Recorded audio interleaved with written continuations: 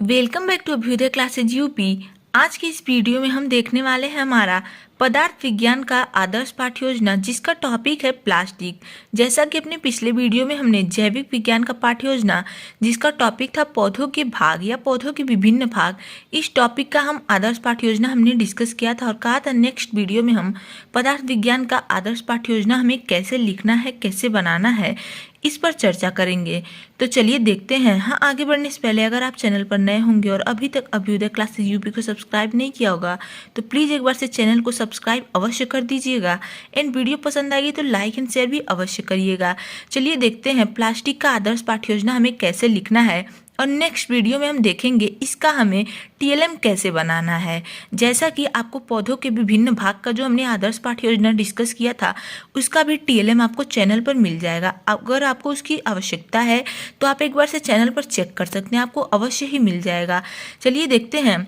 सबसे पहले हम लिखेंगे आदर्श पाठ्य योजना है हमारा, तो आदर्श पाठ्य योजना तब हम लिखते हैं। उसके बाद हम लिखते हैं छात्राध्यापिका का नाम। अगर आप छात्राध्यापक हैं तो यहाँ पे छात्राध्यापक का नाम लिखेंगे। फिर लिखते हैं परीक्षा केंद्र।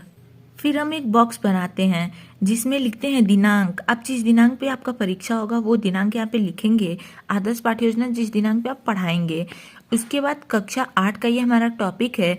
फिर वर्ग लिखते हैं। विषय पदार्थ विज्ञान है हमारा और उप विषय रसायन विज्ञान है। चक्र की आप ये बॉक्स छोड़ देंगे क्योंकि ये आपको पता नहीं आप किस चक्र में पढ़ाने वाले हैं, तो जब आप पढ़ा लेंगे उस हिसाब से यहाँ पे लिख लेंगे। फिर अवधि हम 40 मिनट की होती है हमारी पाठ्य योजना की, तो अवधि कुल 40 मिनट लिख देते हैं। प्रकरण पे आते हैं। प्रकरण आज का हमारा है प्लास्टिक, तो प्लास्टिक यहाँ पे आप ऐसे प्रकरण लिख देंगे। फिर हम लिखते हैं सामान्य उद्देश्य। सामान्य उद्देश्य में पहला पॉइंट है छात्रों में पदार्थ विज्ञान के प्रति रुचि उत्पन्न करना। दूसरा, छात्रों में पदार्थ विज्ञान में तर्क करने की क्षमता का विकास करना। और तीसरा है छात्रों को विषय का क्रमबद्ध, सुसंगठित तथा व्यवस्थित ज्ञान कराना। चौथा है छात्रों में वैज्ञानिक दृष्टिकोण के विकास हेतु सहायता प्रदान करना।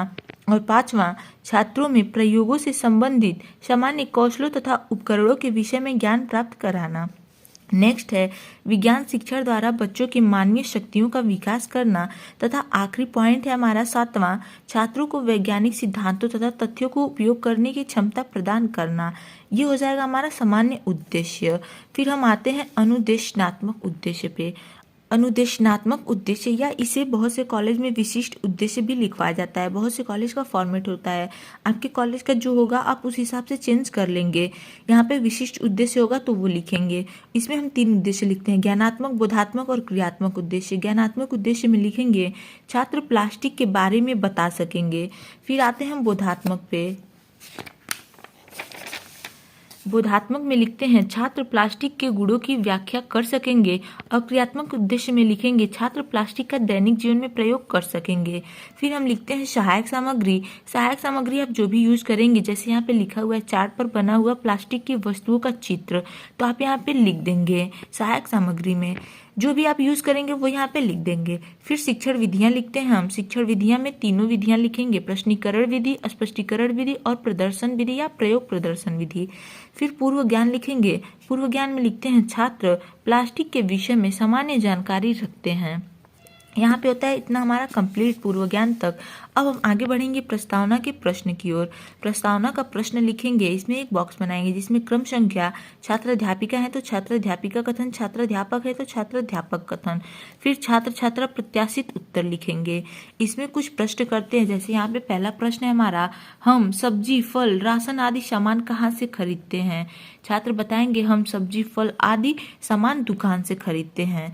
फिर दूसरा क्वेश्चन करेंगे, बाजार में दुकानदार सामान किस में देता है। छात्र बताएंगे बाजार में दुकानदार सामान प्लास्टिक थैले आदि में देता है। ठीक है। उसके बाद तीसरा क्वेश्चन हमारा समस्यात्मक होगा।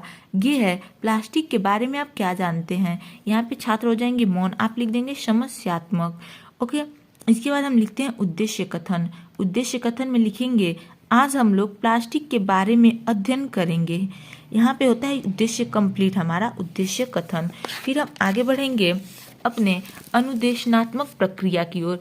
अनुदेशनात्मक प्रक्रिया लिखते हैं, इसमें लिखते हैं प्रस्तुत अनुदेशनात्मक प्रक्रिया को 3 शिक्षण बिंदुओं में प्रस्तुत किया गया है, जो क्रमशः प्लास्टिक, प्लास्टिक के प्रकार व प्लास्टिक के लाभ व हानि है। ये हम तीनों शिक्षण बिंदु कौन कौन से हैं हमारे, ये बताते हैं इसमें अनुदेशनात्मक प्रक्रिया में। यहाँ पे इसको बताएंगे, फिर हम आगे बढ़ेंगे, एक बॉक्स बनाएंगे जिसमें लिखेंगे शिक्षण बिंदु छात्राध्यापिका क्रियाएं, छात्र छात्रा अनुक्रिया लिखते हैं और आखिरी वाले में श्यामपट्ट कार्य लिखते हैं। इसमें पहला शिक्षण बिंदु क्या है हमारा, प्लास्टिक, तो आप पहला शिक्षण बिंदु प्लास्टिक लिख देंगे। इसमें क्वेश्चन करेंगे कुछ, जैसे पहला क्वेश्चन है हमारा, हम बाजार से सामान किस में लेकर आते हैं। छात्र बताएंगे हम बाजार से सामान प्लास्टिक थैले में लेकर आते हैं। फिर अब दूसरा क्वेश्चन करेंगे, टब, मग, बाल्टी आदि किससे बने होते हैं। छात्र बताएंगे टब, मग, बाल्टी आदि प्लास्टिक के बने होते हैं। यह आप छात्र छात्रा अनुक्रिया में लिख देंगे। फिर तीसरा क्वेश्चन करेंगे, प्लास्टिक से आप क्या समझते हैं। यहाँ पे छात्र मौन हो जाएंगे, तो छात्र मौन लिख देंगे। अब हम आगे बढ़ेंगे अपने स्पष्टीकरण की ओर। स्पष्टीकरण देंगे, स्पष्टीकरण लिखेंगे, इसमें लिखते हैं हम दैनिक जीवन में अनेक प्रकार की वस्तुओं का प्रयोग करते हैं, जैसे मग, बाल्टी, बोतल, टूथब्रश, कंघी, खिलौने आदि। ये सभी वस्तुएं प्लास्टिक की बनी होती हैं। प्लास्टिक एक बेहद हल्का पदार्थ होता है, जिसके कारण इससे निर्मित वस्तुएं वजन में हल्की होती हैं और आसानी से कहीं भी ले जाई जा सकती हैं। यहाँ पे हम अपना पहले शिक्षण बिंदु का स्पष्टीकरण दे दिए, यहाँ पे हमारा कंप्लीट होता है। अब हम आगे बढ़ेंगे अपने श्यामपट्ट कार्य की ओर। श्यामपट्ट कार्य में लिखते हैं, जो भी आप श्यामपट्ट कार्य करते हैं वो लिख देते हैं इसमें। यहाँ पे लिखा हुआ है, जैसे हम दैनिक जीवन में अनेक प्रकार की वस्तुओं का प्रयोग करते हैं, जैसे बाल्टी, मग, बोतल, टूथब्रश, कंघी आदि। ये सभी वस्तुएं प्लास्टिक की बनी होती है। ये आप श्यामपट्ट कार्य में ऐसे लिख देंगे। ओके, इतना हुआ, इतने स्क्रीनशॉट लीजिए। फिर हम आगे बढ़ते हैं अपने डायग्राम की ओर। अब हम देखते हैं डायग्राम हमारा। यहाँ पे आप देख सकते हैं, कुछ फिगर ड्रॉ कर लीजिएगा, जैसे यहाँ पे टूथब्रश का, कंघी का और मग आदि का यहाँ पे ड्रॉ किया हुआ है। इसे आप देखेंगे, इसका भी एक बार स्क्रीनशॉट लीजिए। फिर हम आगे बढ़ते हैं अपने दूसरे शिक्षण बिंदु की ओर। ओके, हो गया। अब हम देखते हैं अपना दूसरा शिक्षण बिंदु है हमारा प्लास्टिक के प्रकार। इसमें भी कुछ क्वेश्चन करेंगे, जिसमें पहला प्रश्न है हमारा, घर में प्रयोग आने वाली प्लास्टिक की वस्तुओं के नाम बताइए। घर में प्रयोग आने वाली प्लास्टिक की वस्तुएं बाल्टी, टब, मग आदि हैं। छात्र छात्रा अनुक्रिया में लिख देंगे। फिर दूसरा क्वेश्चन करेंगे, पॉलीथीन, टेफ्लॉन आदि क्या हैं। छात्र बताएंगे पॉलीथीन, टेफ्लॉन आदि प्लास्टिक हैं। ओके, फिर तीसरा क्वेश्चन है हमारा, प्लास्टिक कितने प्रकार का होता है। ये हो जाएंगे यहाँ पे छात्र मौन, आप लिख देंगे छात्र मौन छात्र छात्रा अनुक्रिया में। उसके बाद स्पष्टीकरण की ओर हम बढ़ेंगे, स्पष्टीकरण देंगे। इसमें लिखते हैं, सामान्यतः देखा जाता है कि कुछ प्लास्टिक गर्म करने पर तुरंत पिघल जाते हैं तथा कुछ पर इसका प्रभाव कम पड़ता है। जैसे बाल्टी को गर्म किया जाए तो वह तुरंत पिघल जाएगी, जबकि कुकर के हैंडल को गर्म किया जाए तो वह आसानी से नहीं पिघलता है। अतः प्लास्टिक की प्रकृति के आधार पर प्लास्टिक 2 प्रकार की होती है। अब ये कौन से 2 प्रकार होते हैं, इसे भी हम बता देंगे।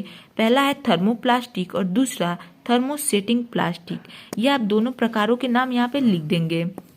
इसके बाद यहाँ पे स्पष्टीकरण के ठीक सामने आप ये अवश्य लिखेंगे, छात्र छात्रा ध्यान से सुनते हैं। ठीक है, अब हम आगे बढ़ेंगे श्यामपट्ट कार्य की ओर। अपने श्यामपट्ट कार्य में फिर श्यामपट्ट कार्य आप लिख देंगे, प्लास्टिक की प्रकृति के आधार पर प्लास्टिक 2 प्रकार का होता है, थर्मोप्लास्टिक और थर्मोसेटिंग प्लास्टिक। यहाँ पे होता है हमारा दूसरा शिक्षण बिंदु भी कंप्लीट। अब हम देखेंगे अपना तीसरा शिक्षण बिंदु। हाँ, तीसरे शिक्षण बिंदु पर आगे बढ़ने से पहले अगर अभी तक आपने चैनल को सब्सक्राइब नहीं किया होगा तो प्लीज़ एक बार अभ्युदय क्लासेज यूपी को सब्सक्राइब अवश्य कर लीजिएगा एंड वीडियो को लाइक शेयर भी अवश्य करिएगा। अब हम देखते हैं अपना तीसरा शिक्षण बिंदु क्या है, प्लास्टिक के लाभ एवं हानि। तो आप अपना तीसरा शिक्षण बिंदु लिखेंगे, प्लास्टिक के लाभ एवं हानि। इसमें भी कुछ प्रश्न करते हैं, जैसे पहला प्रश्न है हमारा, प्लास्टिक की प्रकृति के आधार पर प्लास्टिक कितने प्रकार के होते हैं। छात्र छात्रा अनुक्रिया में लिख देंगे, प्लास्टिक की प्रकृति के आधार पर प्लास्टिक 2 प्रकार के होते हैं। दूसरा, प्लास्टिक के दोनों प्रकारों के नाम बताइए। छात्र छात्रा अनुक्रिया में लिख देंगे, प्लास्टिक के दोनों प्रकार थर्मोप्लास्टिक और थर्मोसेटिंग प्लास्टिक है। इसके बाद तीसरा क्वेश्चन है हमारा छात्र मौन का। इसमें लिखते हैं, प्लास्टिक के लाभ एवं हानि के बारे में बताइए। यहाँ पे हो जाएंगे छात्र मौन, आप लिख देंगे उसके बाद स्पष्टीकरण देंगे। हम स्पष्टीकरण की ओर बढ़ेंगे। स्पष्टीकरण हेडिंग लिखेंगे। इसमें लिखते हैं प्लास्टिक का उपयोग दैनिक जीवन में अधिक किया जाता है। जैसे घरेलू कामकाज में प्लास्टिक का प्रयोग अधिक होता है। कुर्सी, डिब्बे, दरवाजे आदि बनाने में अनेक कार्यों में प्लास्टिक का प्रमुख महत्व है कि यह पानी प्रतिरोधक यानी कि वाटरप्रूफ और गंधहीन होता है। यह अधिक मजबूत व टिकाऊ पदार्थ होता है तथा इसे कम लागत में बनाया जाता है। उसके बाद हानियां बता देंगे। हमारे भविष्य को ध्यान में रखते हुए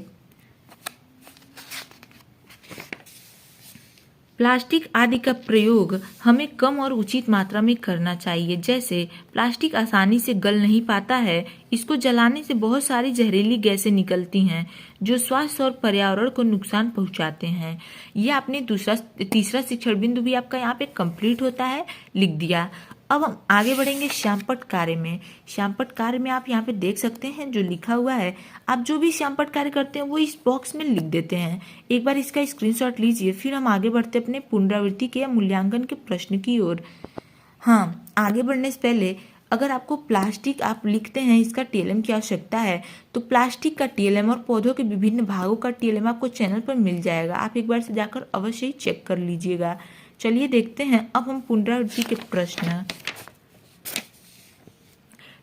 के प्रश्न करने से पहले हम निरीक्षण कार्य लिखते हैं। तो निरीक्षण कार्य में लिखते हैं छात्र अध्यापिका। अगर छात्र अध्यापक है तो छात्र अध्यापक द्वारा छात्रों को श्यामपट्ट कार्य उतारने का निर्देश दिया जाएगा तथा कक्षा में अनुशासन बनाए रखते हुए निरीक्षण कार्य किया जाएगा।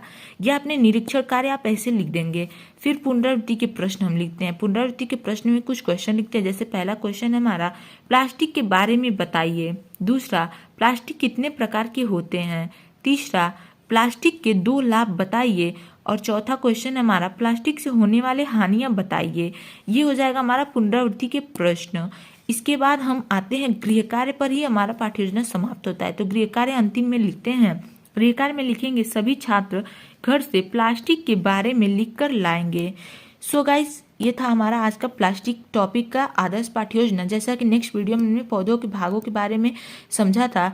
तो आज की वीडियो में बस इतना ही। मिलते हैं अगले वीडियो में। तब तक के लिए चैनल से जुड़े रहें एंड जाते वक्त चैनल को लाइक, सब्सक्राइब एंड शेयर अवश्य करते जाइएगा। Okay, thank you.